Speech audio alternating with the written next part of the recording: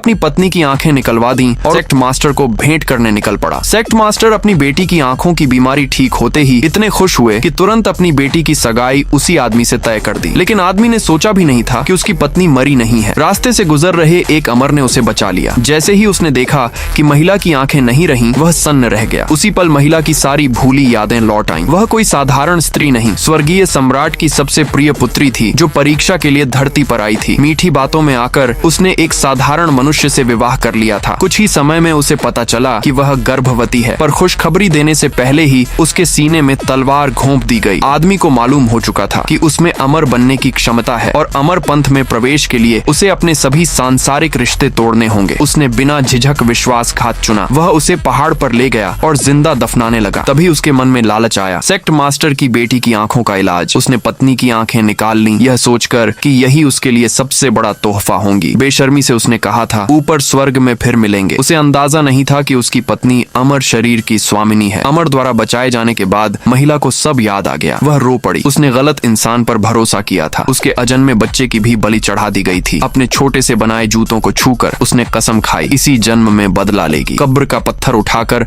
वह सीधे बदले की राह पर निकल पड़ी। वह आदमी अमर बनकर प्रसिद्ध होना चाहता था, तो वह सबके सामने उसकी साधना तोड़ेगी और उसका असली चेहरा दिखाएगी। उधर अमर बुजुर्ग ने स्वर्गीय दरबार में खबर पहुंचा दी। सम्राट को जैसे ही सच्चाई पता चली, उनका क्रोध भड़क उठा। उन्होंने स्वर्गीय सेना को तैयार रहने का आदेश दिया। अगर पंथ ने उस नीच को बचाया तो विनाश तय है। इधर समारोह में आदमी का स्वागत हो रहा था। सेक्ट मास्टर ने उसे मुख्य शिष्य घोषित किया, बेटी की सगाई पक्की की और बताया कि 9वें स्वर्ग के राजकुमार भी गवाह बनेंगे। शादी के बाद वही अगला सेक्ट मास्टर होगा। आदमी खुद को दुनिया का सबसे भाग्यशाली समझ रहा था। तभी माहौल जम गया। कब्र का पत्थर लिए वह महिला वहां आ पहुंची। उसे देखते ही आदमी के चेहरे का रंग उड़ गया। सेक्ट मास्टर की बेटी ने क्रोध में कहा, एक अंधी औरत यहाँ तमाशा करने आई है। लेकिन महिला ने अपनी खोई हुई आंखों की शक्ति को पुकारा। उसकी पहचान प्रकट होते ही चारों ओर सन्नाटा छा गया। लोगों ने आदमी से पूछा, वह सच में कौन है? आदमी ने तुरंत इनकार कर दिया, मैं इसे नहीं जानता। महिला ठहाका मारकर हंसी और कब्र का पत्थर सबके सामने फेंक दिया। पत्थर पर साफ लिखा था, प्रिय पत्नी,